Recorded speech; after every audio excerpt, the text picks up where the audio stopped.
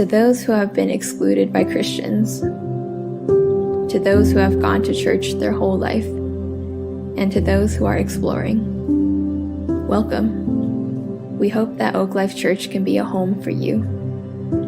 If you have been rejected by the church as a person of color, as a woman, as an LGBT person, as a non-Christian, or for any other reason, we're sorry for the way you were treated. We believe that God loves you, and we would be honored by your presence.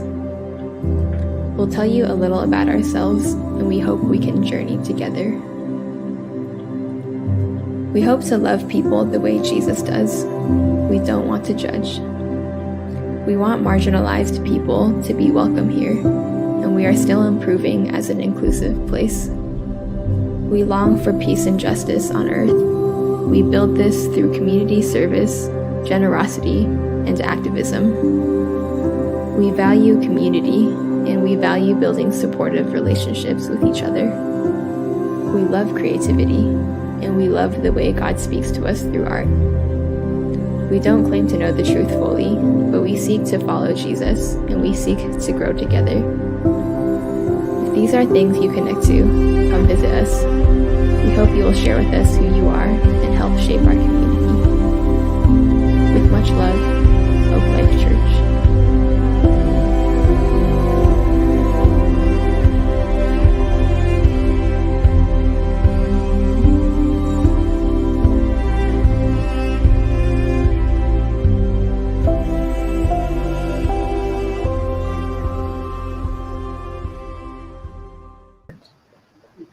Good morning, Oak Life. How are y'all doing?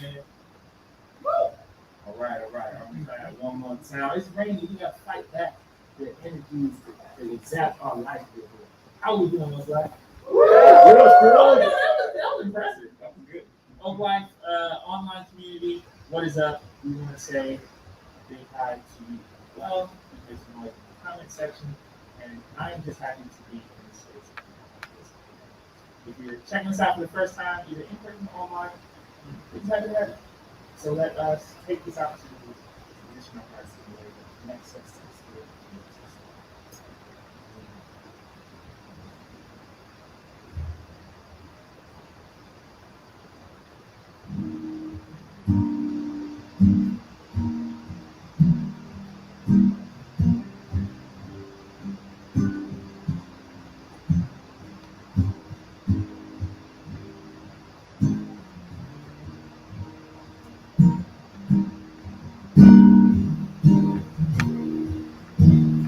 Come thou fount of every blessing,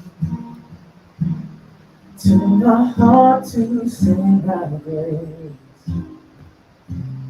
Streams of mercy never ceasing,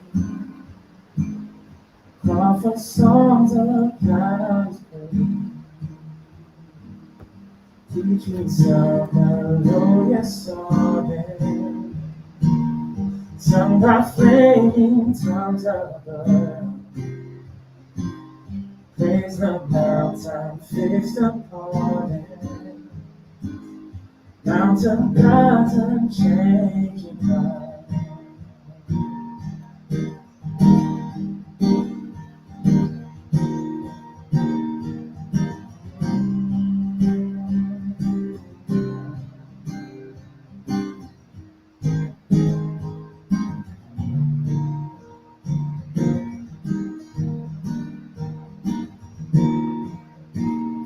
Here I raise my Ebenezer, hither by thy help I've come, and I hope by thy good pleasure safely to arrive at home. Jesus sought me when a stranger, wandering from the fold of God, He to rescue me from danger, interposed His precious blood. Oh, to grace how great a debt daily I'm constrained to be. thy grace down like a feather. Bind my wandering heart to you.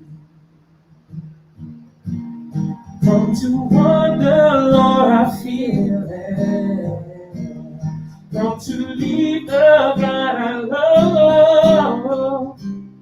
Here's my heart, I'll take and seal it. Seal it for thy courts above. Come thou fount of every blessing, tune our hearts to sing thy grace.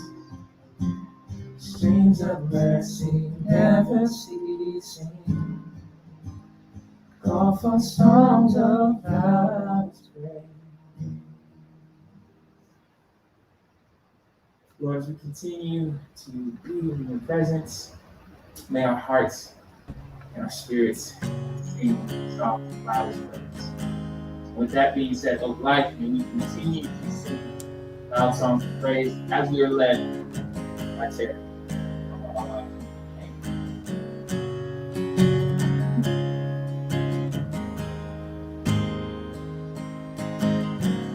God of the new beginnings, God of the second chance, your grace an endless river, your love an avalanche. There in my darkest moment, all hope burnt to the ground. That's where your mercy found me, that's where your love came down. You turned my morning into dancing, you turned my sorrow into praise. You give me beauty for ashes, beauty for ashes. Oh, you give me beauty for ashes, beauty for ashes.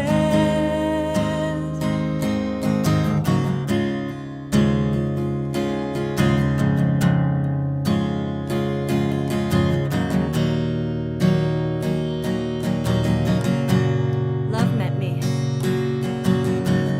Love met me in the ruins of all my past mistakes. Love walked me to the river. Love broke apart these chains. Love spoke a new tomorrow. Opened my eyes to see. Love washed away this sadness. Love came and rescued me. You turned my morning into dancing. You turned my sorrow into praise. Oh, you give me beauty for ashes, beauty for ashes. Oh, you give me beauty for ashes, beauty for ashes. You give me. Oh, you give me beauty for ashes, beauty for ashes.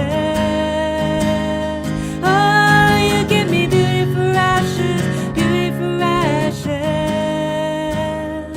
Oh, I thank you, God. I'm overwhelmed by your incredible love.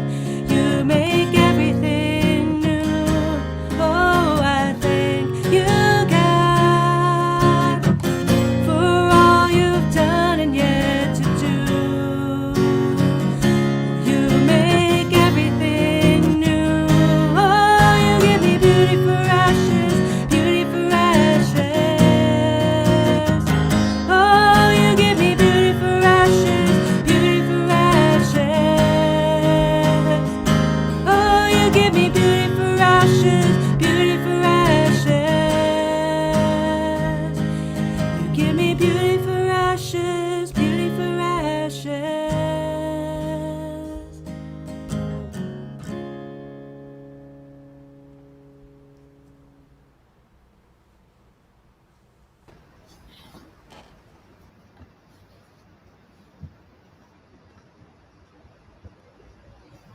I've got it covered here.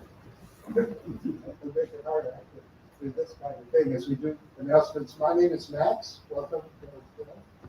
My pronouns are he and him, and we'll follow through now with some of our announcements. Our regular announcement about safety. Whether you're online, especially if you're online community, get ready with your communion elements for later in the service when we will share communion together, both virtually and in person. For in person, the communion elements are on the table on your way out. In terms of support, you can donate to oaklifechurch.com /generosity. And we also have a special fund for mental health resources, oaklifechurch.com /mental health. So we won't be passing the basket for those that are here and those online too. This is your generosity opportunity. We are excited to have a child dedication service coming up. It's going to be in about 3 weeks, November 14th, in the afternoon. Racina Park. Am I pronouncing that right? Yeah. Okay, Racina Park. If you're interested in some more information about that, or if there's someone very, very young in your household that is time to be dedicated, please feel free to give Andy a shout out at Andy@oaklifechurch.com. Operation Cranberry Sauce is our yearly involvement with trying to get Thanksgiving elements, Thanksgiving food and meals to people. And our part of it is to help with the loading on new trucks. So if you have some time and would like to be involved in a small one-time service project, this is your opportunity. And you can probably check in with either the pastors, Greg or Chris, and their email addresses will be up in just a moment. But they'll be glad to give you some more information on how you can help. Community updates. There's the State of Our Roots and Branches video, and also our yearly annual report. It's in the newsletter. The newsletter comes out usually at the very beginning of the week. If you haven't signed up for the newsletter, I'd encourage you to do so. We do not pass on people's email addresses to any other organization or individual, so it's a private opportunity to receive regular updates on what's new at Oak Life. So feel free to do that. And this is our third Sunday giving, and we have. Actually, I skipped this one. This was sorry for the last minute announcement. Harbor House is an organization who has been a part of our third Sunday rotation. They started in the pandemic virtual tutoring, and they need individuals who are willing to partner with youth for after-school tutoring. And they're looking to meet a goal of 19. I signed up. So if you have any questions on what's required, what is the process, what you got to do, and you want to be a mentor in one of these young people's lives, let me know, and I'll pass you on the information to Nicole at Harbor House. Okay, so it's refreshing to see that in this time where so much of our energy is in hunkering down and surviving and making it through this season of COVID, that there's also opportunities, safe opportunities, to give of ourselves, and certainly that's part of our Christian lifestyle. So you've heard that from Greg. Community announcements, whether you're online or here in person, if you have something you'd like to share, maybe you're going out to eat afterwards and you're open to having some people join with you, or there's something happening during the week, let's take some time to do that. If you're online, put it in the chat. I'll make a real quick one, just in case anybody walked here or used public transportation. I've got some free time after the service, and I've got a car, so I'd be glad to give a ride if anybody would like to stay on the train a little bit more. Any other community announcements now from the in-person part of our community?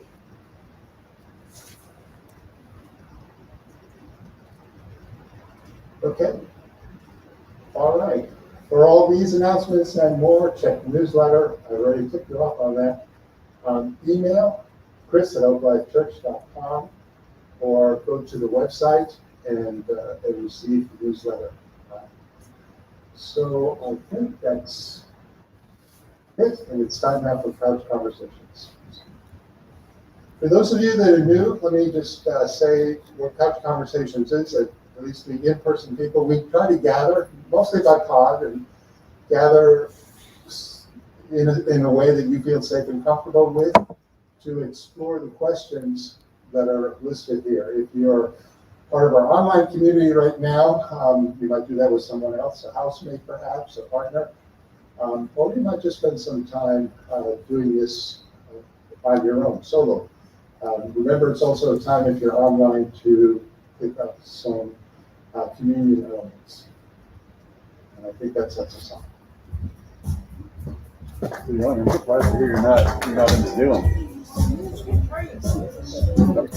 One thing that's tricky with this is, you know how when you bring the cursor to the corners, it like pops out and like I was like, oh, that happened a couple times just because I'm not used to that. I don't like it. What we could do is we can move.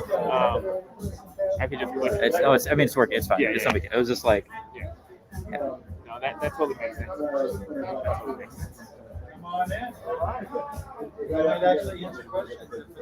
You skipped my announcements a lot. Now nobody knows those QR codes are. oh, is that what that? I didn't know what that was. I was like, That's so funny. maybe you should have the word.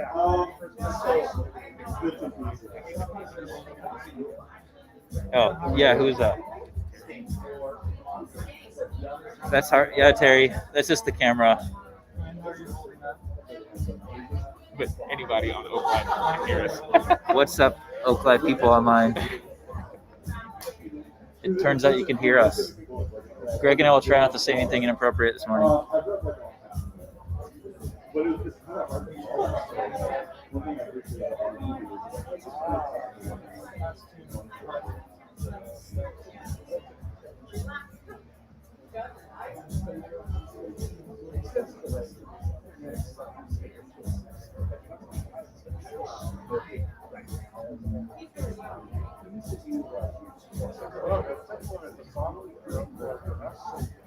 Places, things, songs, memories.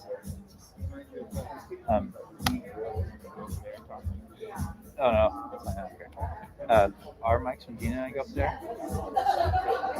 However, the louder you can get it, the better. I was noticing when we were practicing, it was just quiet. So both the handheld, whichever one. I'll switch that out too. Okay. Some static. It's funny. I can mute this, right? Gonna go silent for you all online people. Sorry.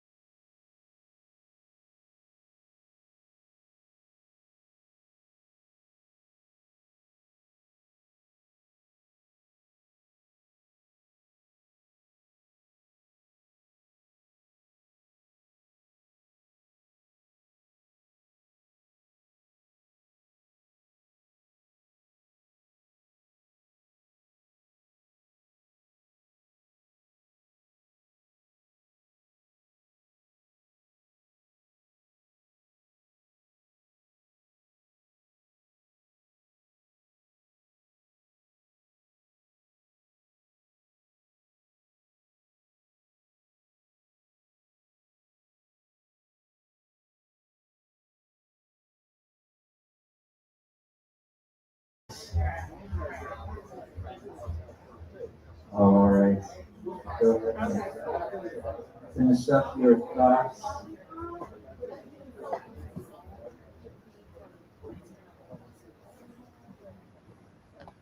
Good morning, everyone. Again, for those who are here in person, thanks for braving the bomb cyclone and atmospheric river. I mean, for anyone not from California, probably like, what is this? Is rain? It's no big deal. It's just a little drizzle. Get over it. I'm from here. This is a big deal. Okay. Online community, thank you for being here. My name is Chris, and we're glad we are leaning into community as best we can online and in person, and choosing the hope of each other in the midst of the uncertainty of the world still. So if you're online, please be in the chats. I have my phone here. We're going to do something a little bit different this morning, and I'll share with you that is in a moment. But we'd love to see any interaction we can. And if there's anybody who Greg wants to put up on the screen, feel free to interrupt whatever we got going on here so we can say hi to people online too. My name's Chris Keehan, and what we've been doing this first kind of month, being back in person and ease into this, and everyone's at different comfort levels, everyone's had different experiences over the last 19 months. We want to take a moment before we get into the sermon or conversation where we just let it breathe what we've been going through and acknowledge the various experiences we've been. So I know there's some people who's their first time here, so welcome to you. For some of us, it's been our church for a while, but this is our first time back in this space. So, or if you're online, what's it like where you are? So if you wouldn't mind sharing, what's it like to be with us this Sunday? If you're in person, what is it like to be in this space? What words or feelings are coming up? How does it feel? As we're setting up, somebody asked somebody who's here, and said it's just a time warp. It's like no time has passed, but so much time has passed. What else? For you as you're in here, what's it like to be in this space? What's it like to be with us? And feel free to just say a word, or you can yell it, or if you want to raise your hand as well. Yes, you can. You don't have to speak up, because I'll repeat it back. I'm about to say speak up, but they still want to hear you. So, what's it like? It feels unfamiliar. Like what once was almost like it doesn't exist. It's moving into the new audience, but we think it exist. And then two positive things, not just like the negative things, it feels cozy and then feels up. Thank you. So it feels unfamiliar, like what was isn't really the same anymore, something like that, and it feels cozy and it feels loved.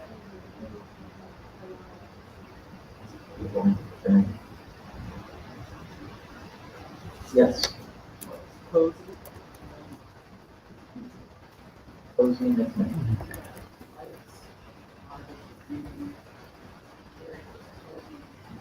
That's good, especially on a rainy day. I wish we had fire going. Yeah, of course. There's a walk around. Yeah.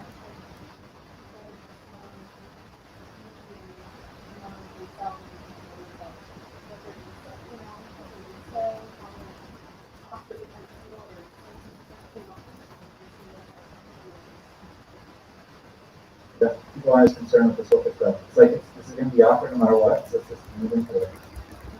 We're already kind of awkward before. Anything else? What's it like?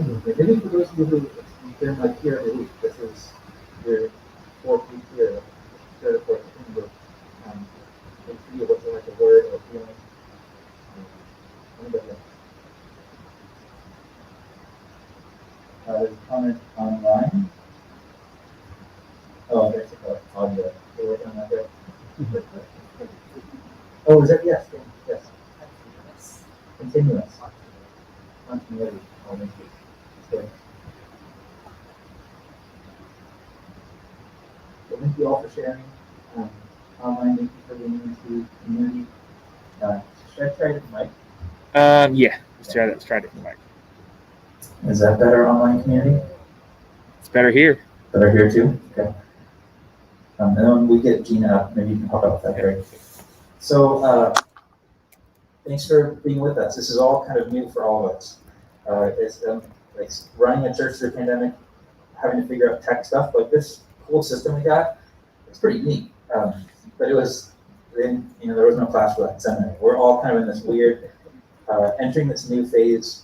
And so thank you for being with us today.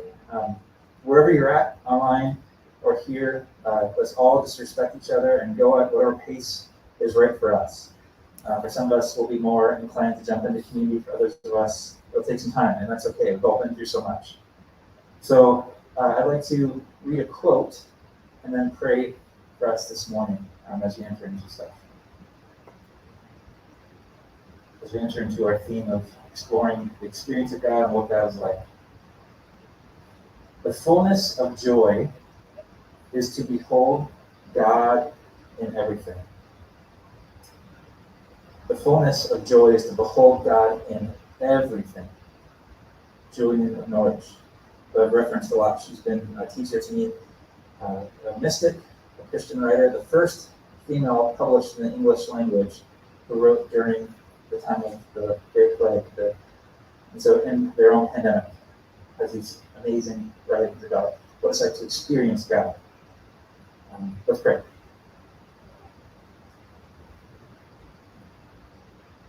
God, we know that each of us is at a different place, and we know that there's still so much swirling in our world. We ask that you would continue to be who you are.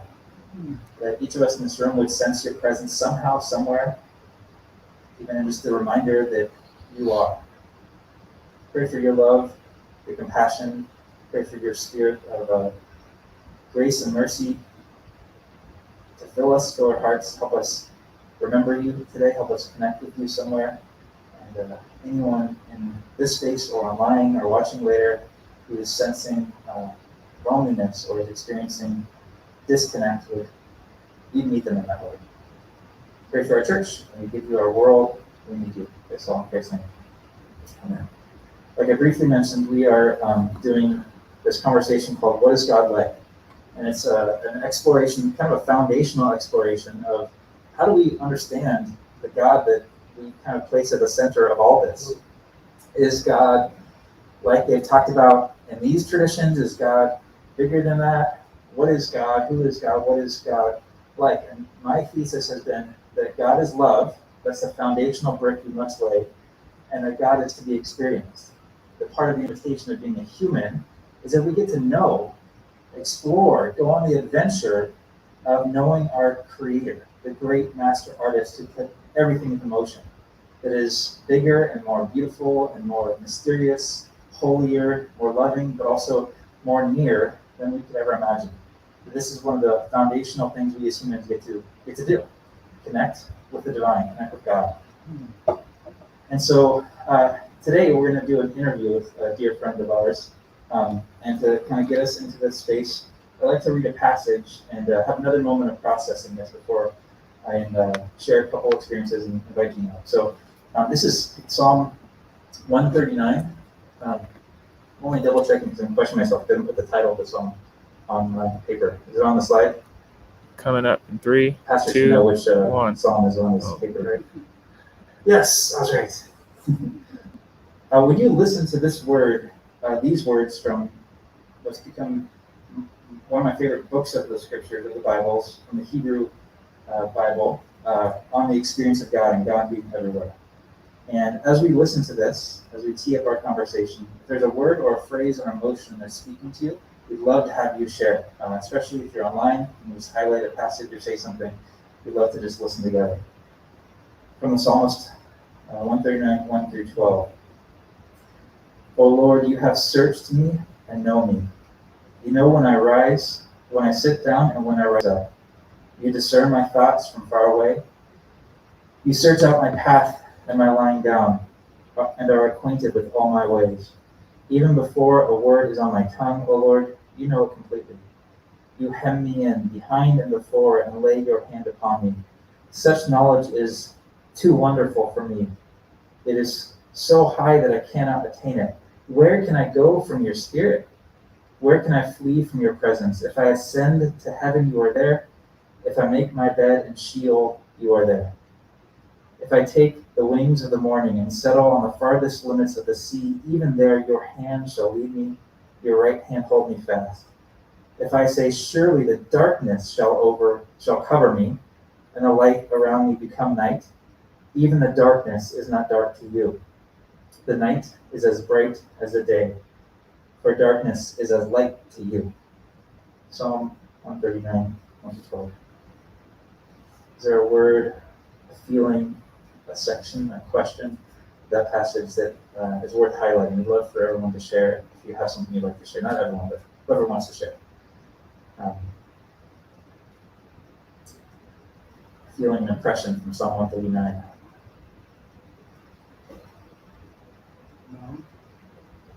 What's that? Known. I thought you said no. Okay. Pass. Known. You feeling known. K-N-O-W-N. Yeah. It's good. Yeah. I'll comment. There is comfort in knowing that God is with you wherever you are. Lost in darkness, surrounded in light, God's there. It's beautiful.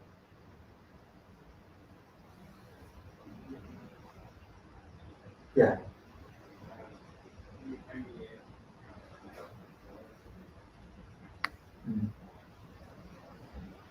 You hem me in behind and before this idea of being wrapped by God, and also just it's really good. Thank you.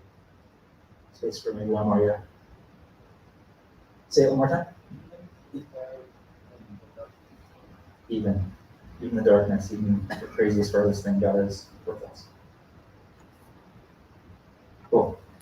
So we try to put that into our services as a way to let the text speak and let it just speak through community. Maybe that was the word you needed to hear this morning, or what goes online said. So the question again this morning and this series is, what is God like? What does it mean to see God everywhere? What does it mean to experience God in all things? Can we experience God in all things? How do we learn that? I asked this question online, both in our online community and also our speaking team. And here's a few things people said. What does it feel like to experience God? Maybe you can relate to some of these. I don't have these on the slides, I'll just read them. One person said, I feel God when I'm near water. That helps me feel God. One person said, God is actually missing to me. Maybe you can relate to the absence of God. Another person said, God is in everything and in nothing. One person said, God is like slow honey coating your fears, anxieties, and joy, all of you. Another person talked about the negative gaps, the in-between, the feelings of abandonment, ambivalence, detachment. These spaces that the church doesn't always provide space for. Those are my experience of God. Another person said, God felt like thinkings before my divorce, but more like feelings afterwards. Maybe you can relate to those, that kind of paradigm of it. Where is God? Sometimes in the thinking, sometimes in just the feelings. One person said that God feels like a spring wind full of apple blossoms that settles behind you and blows up around you, and it's the smell of fresh, sweet air. God feels like that in a way that is tangible and intangible, like looking at the stars, but also warm and cuddly and close. How would you describe God feeling to you again? If God potentially is this experience that we get, that God wants to be known and enjoyed and related to and interacted with, what is God like to you, and how do we experience that? So instead of a teaching on this, we're going to have a conversation today. And thought this would be a fun way to switch things up and catch up with an old friend as well. And maybe there's something in the next few moments of conversation that you'll relate to. But I hope wherever you're at, online or here, that you would consider the experience of God and be invited to lean into that somewhere, somehow, even if it's just in a spirit of a little bit more openness. Because I do believe that God is love and God can be experienced. So if you've been around for a little bit, you know that a couple years ago we had a spiritual formation internship with an Oak Life OG-er. That's the way to say it. He's been around Oak Life for a while. This person is Gina Norman, who's been completing a program at San Francisco Theological Seminary and is a spiritual director, but has served our community in lots of ways. And for a lot of us, we've all been in different levels of engagement through the pandemic. And so many of us may not have seen Gina as much this last year, but has been involved nonetheless. And I thought this would be a really fun conversation for her to have with us. So would you welcome up Gina as we share? And Greg's going to give you a microphone on one side. So you can come sit down and he'll give you a sit up.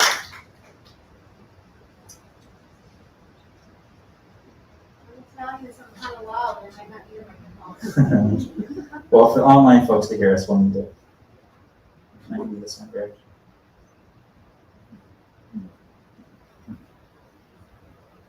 By the way, if you are online, anything, we're going to try to close out our little conversation with questions and conversation. So a comment or a question you might have relating to what we're talking about, feel free to ask it at the end or put it in the chats on YouTube, and we'll try to have some space at the end for it.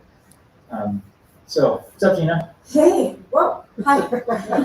You can hear me through the KN95 mask, okay? Hi, everyone. It's good to be here. It's good to have you back. Is this your sly way of getting me back, Chris? You share on Sunday, but then when you come back, no. Maybe, I don't know. I didn't have the bandwidth to sort of like most of us or like a lot of us. I'm not really an online person as much as I love social media and I've been active on social media through the years.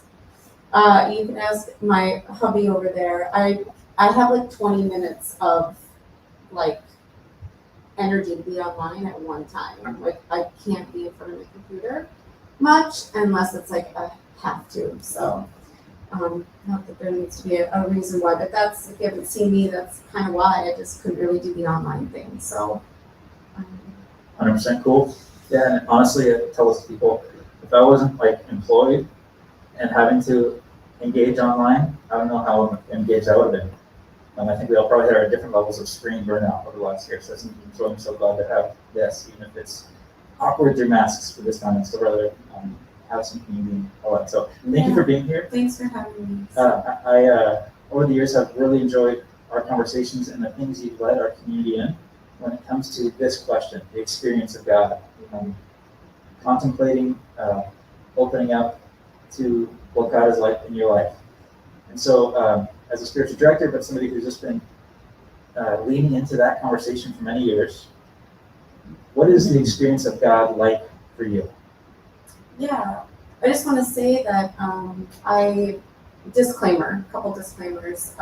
If I say he, I'm usually referring to Jesus because I feel extremely close to Jesus. But if he slips out, whether it seems like, just know that I don't necessarily think that God is a gender, except for I believe Jesus was a man. But so there's that. I'm growing and learning. And if I say anything that comes off in any way, I just want to say, there it is. I'm flawed and I'm working on all the things. So I just wanted to put that out there. I'll stay as mindful as possible. And my pronouns are she, her.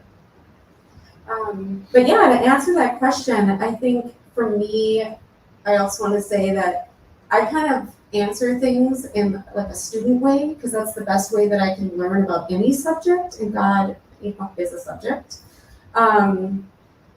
So this might seem kind of like technical in a way, but I would say like when I first became a Christian, I sort of experienced God more through how we all do. We all are learning about God, like sermons and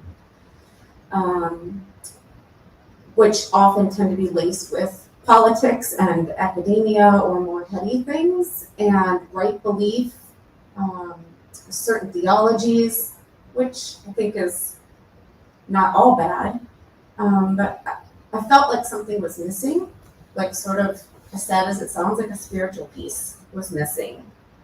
Again, not that God isn't in those things and those things can't be spiritual, because I think everything is spiritual, but there was just a closeness or intimacy that seemed to be missing. And so I discovered mystics and monks and contemplation like 14 years ago, and that's sort of my main means of, how I experience God.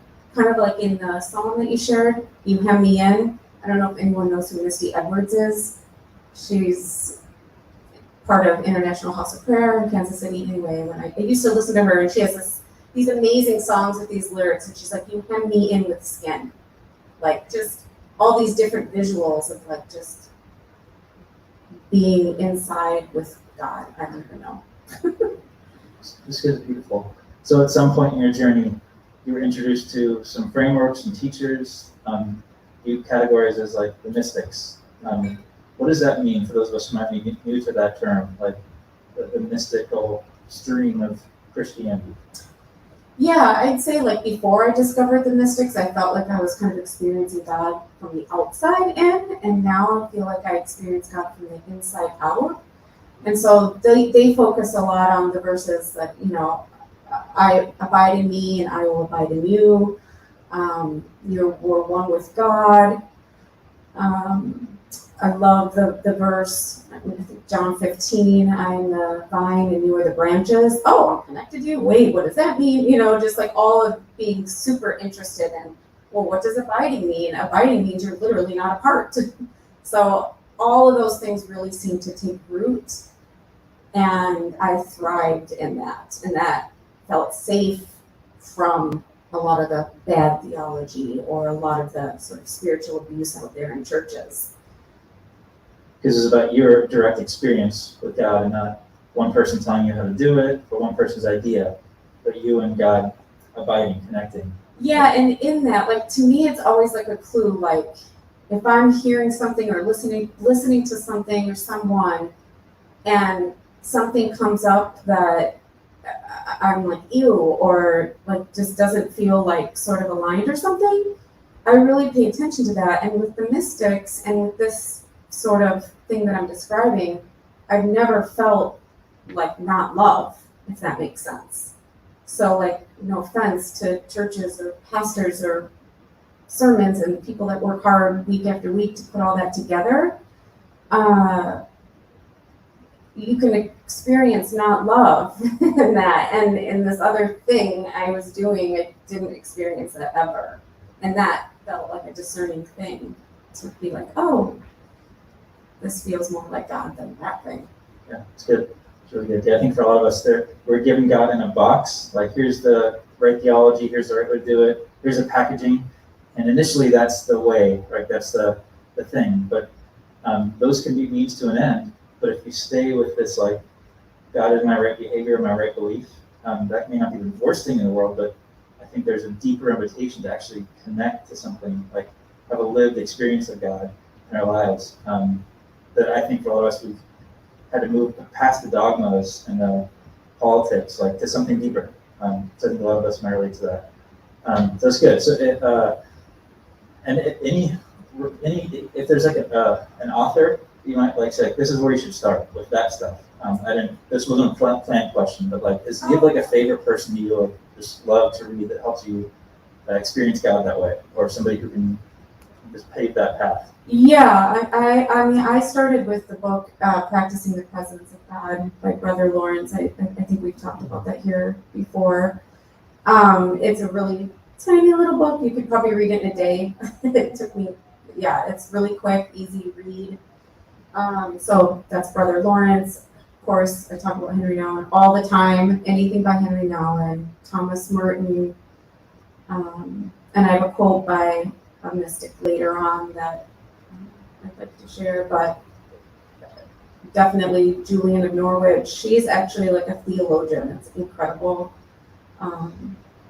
That's kind of where we get started. And I can definitely list more resources, later, like websites and different things to check out too. Cool. Thanks. Yeah. Now, the felt experience of God, it ebbs and flows, and it, like, as working with people, so many of us have had senses of like, I don't have that experience. I've never had that experience. Why do you think sometimes we don't experience God, or don't think we're experiencing God? I think that a lot of that, because I mean, obviously I have felt that way and still feel that way. I think a lot of it is like human emotion. We'll say to our partners or our friends or our, or to God, like, feels like this, or like in our thoughts, if we're having really bad thought pattern, like it feels like I have no worth. Well, it doesn't really mean I don't, just if I feel that way. It doesn't mean it's not valid or it doesn't matter.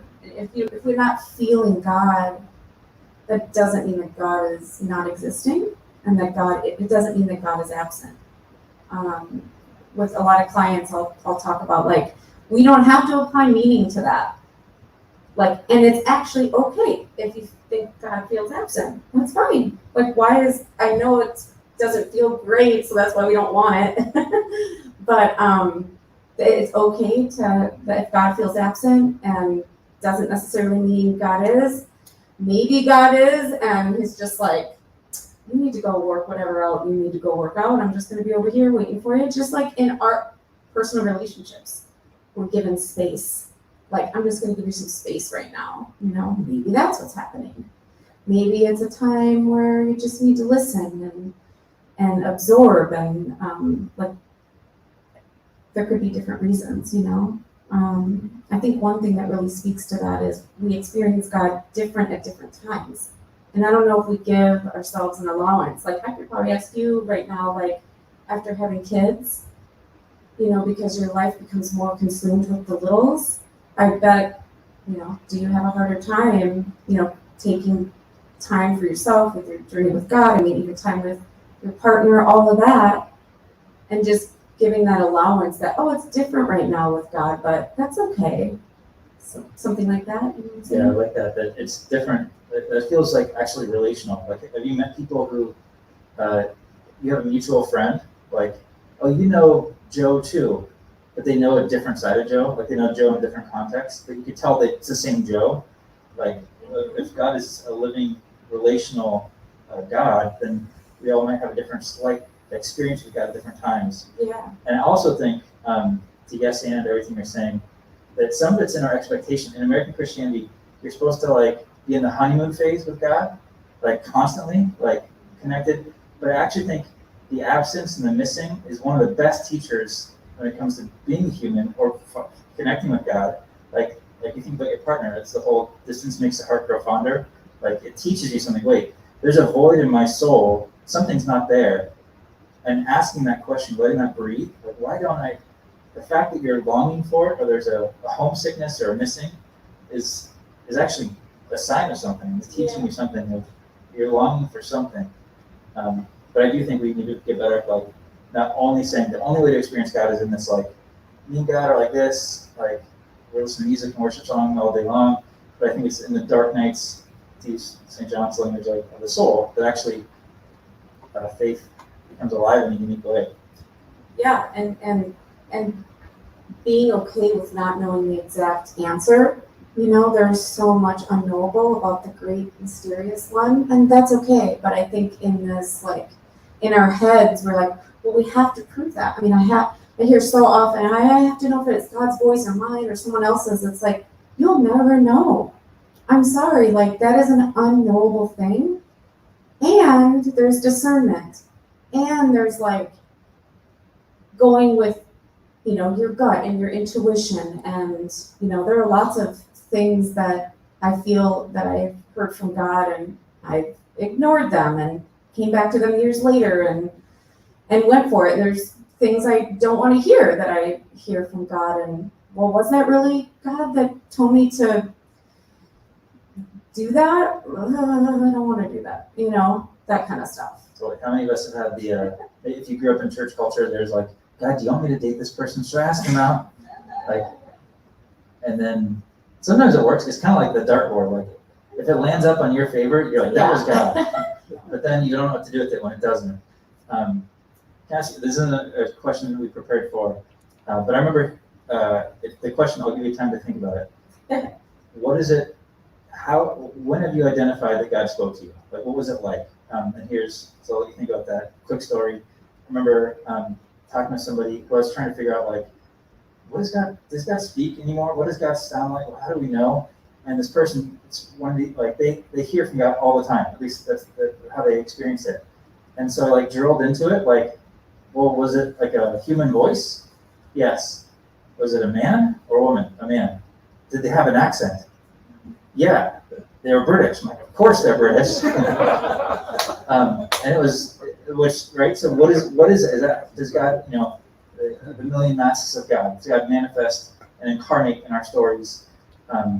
as God needs to for us to hear it, or are these projections of our own psychology? And to your point, we don't know. And this is where the question is, if it's drawing you towards love of self and others, I think, who cares if you can say for sure with 100% certainty? I think that the gift of the mystics is that, and the word mystics comes from the word mystery, it's the sense that you don't have to have clarity. The itch for clarity, I think, is a Western, like, we need to have the answer and figure it out God. Good luck with that. So for you, what was a time you can look back on, like, I think God said this or spoke to me, or what was it like?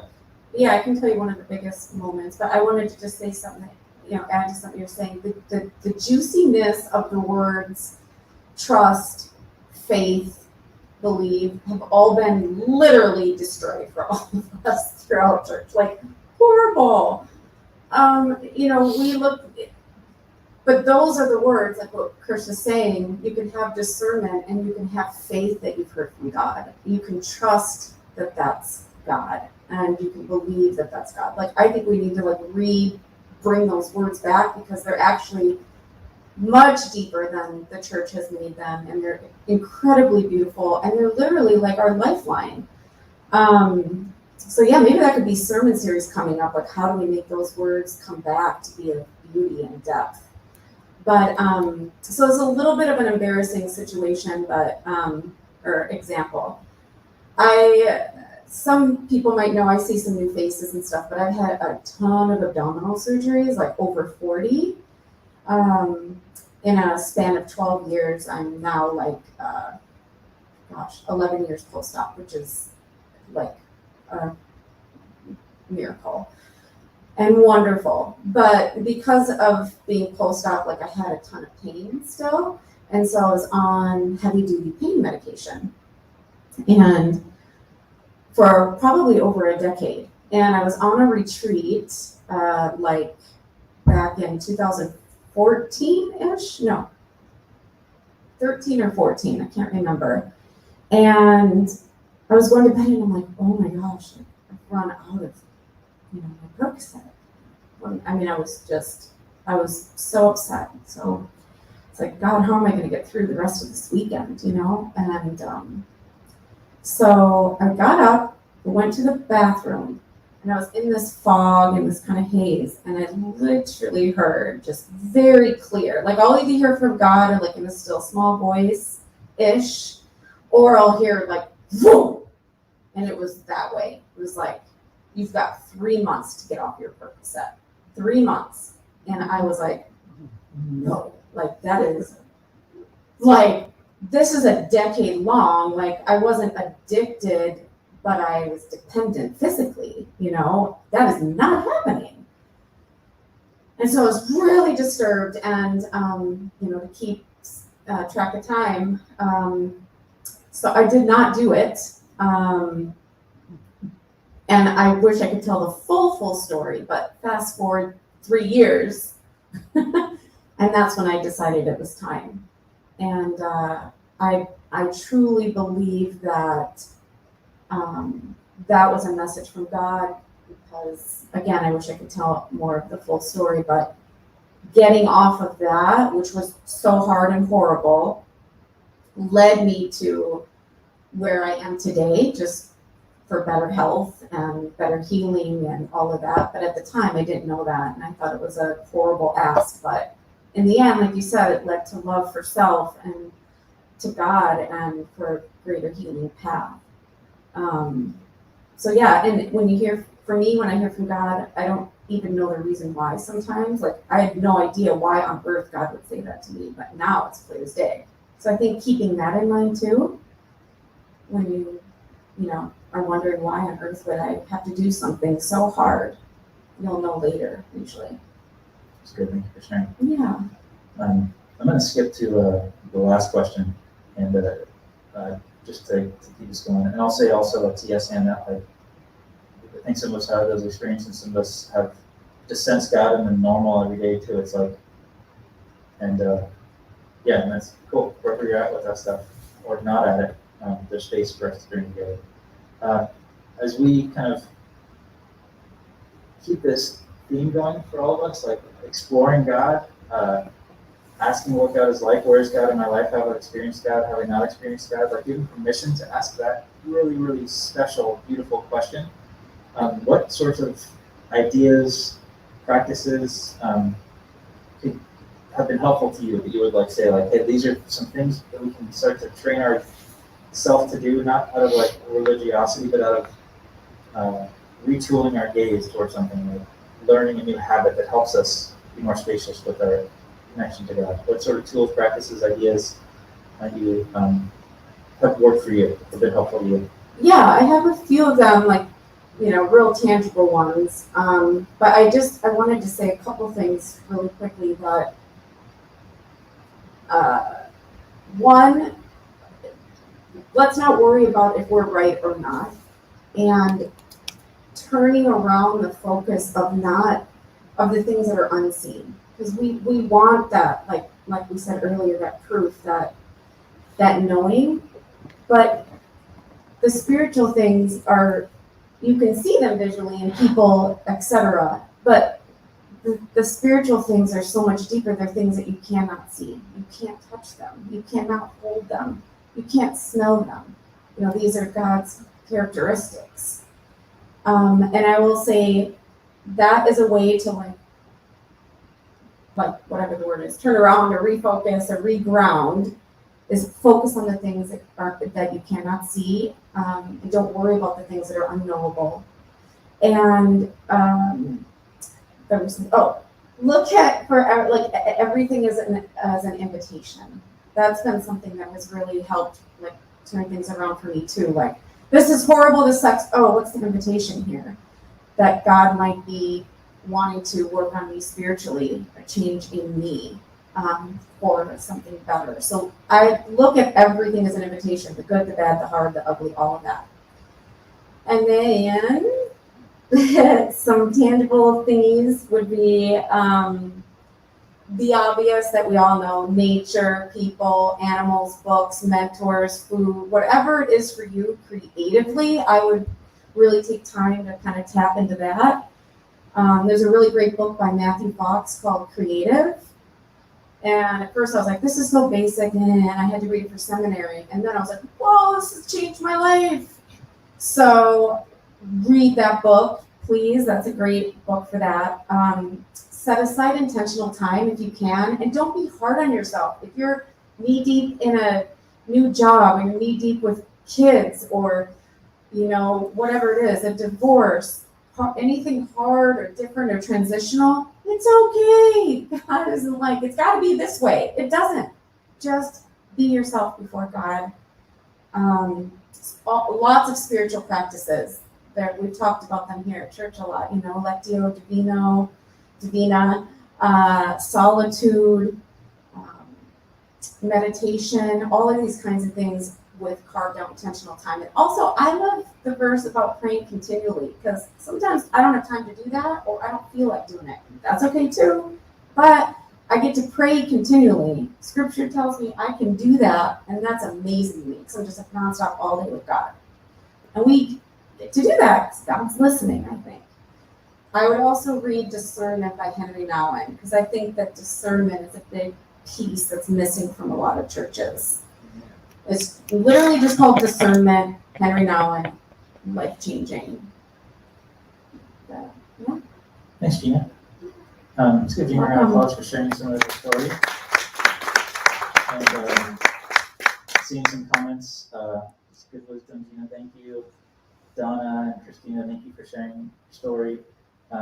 We have space for maybe one or two comments or questions, responses. If there's something online you want to say, a question to clarify, or anything at all, of course, no pressure if there's not, but anything else. Yeah, it's okay. I have a compliment. It's been like a few years, and this is good work from you, and I hope you take it in the way that I'm trying to portray it, but you just seem so calm and peaceful, not that you did before, because it's different. I don't know, different. Thank you so much. That's received well. Thank you. Just a compliment on love for Gina from somebody in person for those online. Yeah.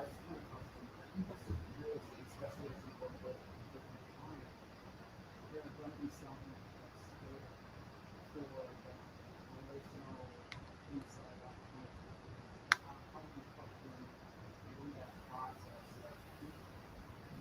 So the question is, for those who are scared to have that relational connection to God for whatever reason, how do you help people work through that? Yeah, definitely validate the fear, normalize that as soon as possible. And always say, like, I'm afraid too, because I don't want to know what's in there. If you know what I mean. And then ask if there is a possibility of like what they maybe would feel comfortable doing. Like, is there one area or one thing or one place that they could think of starting? So I would ask that. And then if they were like, no, and they're totally shut off, I'd be like, well, God needs you there too. And like work through more of like trusting maybe I would encourage them to pray to see if they could like get to a point where they would feel safe or not fearful going down that route. Like just really be relational in that way, make suggestions and offer to start somewhere. And usually someone can start in one area, just something small. And whatever that is, that could be lots of different things. I'd wait to hear like what they would be feeling. Does that? Are you sure?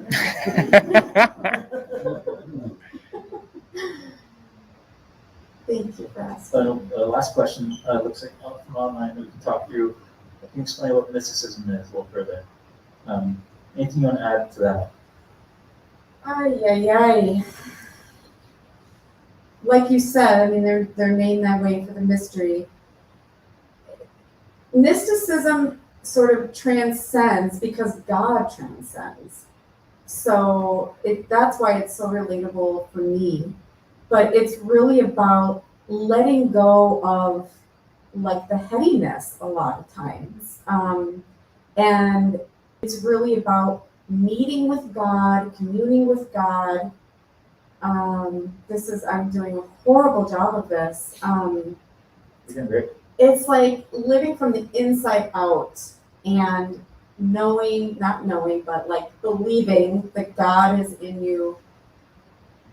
And that we are creation from creator. So there is no separation. There's no compartmentalizing, if you will. It's just like I'm walking around, not that I'm like a mini God or something, but like I'm walking around with God inside of me, and everything I see reflects God. You know, when I struggle with hate or anger, it's like I'm going to use all that and work and do that for good. It's okay to feel that. And also I'm like, oh, God loves them. Oh, you know, like everything is like encompassed with God in a sense. It's good. It's good. Yeah, it's well It's done. so hard to, you know, it's ineffable, you know. See the words I know because I'm That's perfect. I think you nailed that. The only thing I would add is that it's like there's also it's like a particular tradition within the broader Christian Thank you, yes. story that you describe the experience like the actual nuts and bolts of it really really well, and just on like an academic way, like it's like it's usually we're usually referring to certain ways of thinking about God, and there's like the monastic movements of the early church leaders who they weren't as interested with creating institutional structures like Christendom or governments or empires as much as they were like, let's go pray in the desert. And I think there's issues actually with that because I think the call is often to be monastic within the trenches of the world, not like getting out of the world. I think there's a place for both in, but so usually talking about a specific type of stream of Christianity is what I would say. Like you can say there's a justice, social justice, there's a mystical, contemplative tradition, there's others as well that I'm not on my mind right now, but that's just to add on to that. And we can probably open that up more, but thank you for answering my question. And I think what we're going to do now is, just since we're up here, is close with communion. We'll set that up, and then Terry's going to have our kind of a walk-off song for us that she's going to lead us in after communion. So, is that cool with you? Yep, that sounds good. So, Thank you for listening. yeah, it's a round of applause. Thank you. So, this is the communion music. Is that the Parkway? I think so. Hold on. No, I think to. Do you still hear it? What's that? Do you still hear it? Yeah, I Yeah. think it's the Parkway. It's turnaround and Parkway. stuff. It's Parkway. If you wouldn't mind going, telling them, Craig. Yeah, got it. And then I'll take over the after that. So just for reference, the way we've been doing communion is to be taken off-site. And so we'd love for you, this is a great segue to explore some of the things Gina is sharing today, to have a moment with God somewhere, somehow. And so maybe the next meal you have is communion. As you taste and as you drink, you reflect on God's nearness with you in that meal. Or if you want to, you can grab one of the to-go communion cups, or if you're online, you can find a way to do that in your own home. So those will be out there. And ask Gina to share a couple of thoughts on communion, and I'll pull up the reading while you share.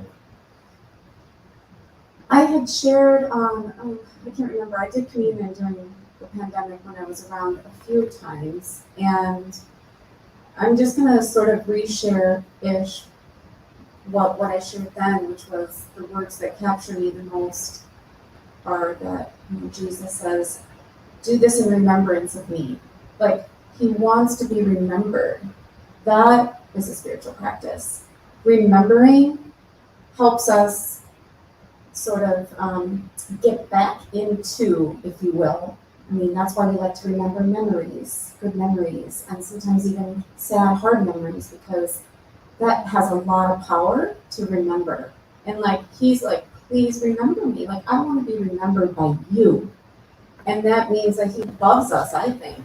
And so I'm going to read actually the night of communion from a First Nations Indigenous New Testament version. Then during the meal, Creator sets free, that's who Jesus is, took some of the fry bread, lifted it up, and gave thanks. He broke it into pieces, gave some to each of his followers, and said, "This is my body, take it and eat it." Then he took a cup of wine, lifted it up, and gave thanks. He gave it to his followers and said, "Drink from this cup, all of you, for this is my lifeblood of the new peace treaty, poured out to release many people from their broken ways. I tell you now, I will not drink from the fruit of this vine again until I drink it with you in a fresh and new way, when we walk together on my Father's good road." Then, after they sang a ceremonial song together, they walked to Olive Mountain. Beautiful. Let's pray, and we'll have a song at the end, and stay through the end of the song, or if you want to grab your communion, take it out. The song will be our benediction for today. God of love, help us have an expanded view of you, that we would encounter you, that you would transform us in love. More than the thoughts and having right beliefs, though those are important, God, may we actually come to know you and sense you with us in everything, everywhere. May we sense your love, your warmth, your glow around us and in everything. Thank you for the chance to be together this morning. Remember you. Yes, all in Christ's name. Amen.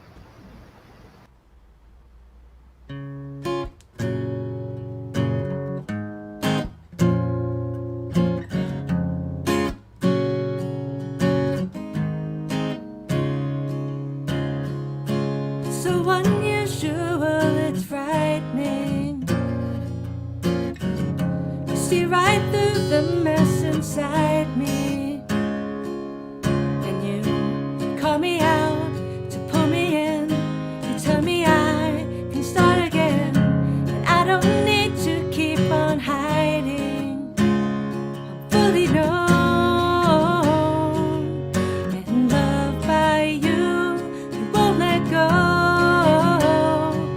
No matter what I do, and it's not one or the other. It's hard truth and ridiculous grief.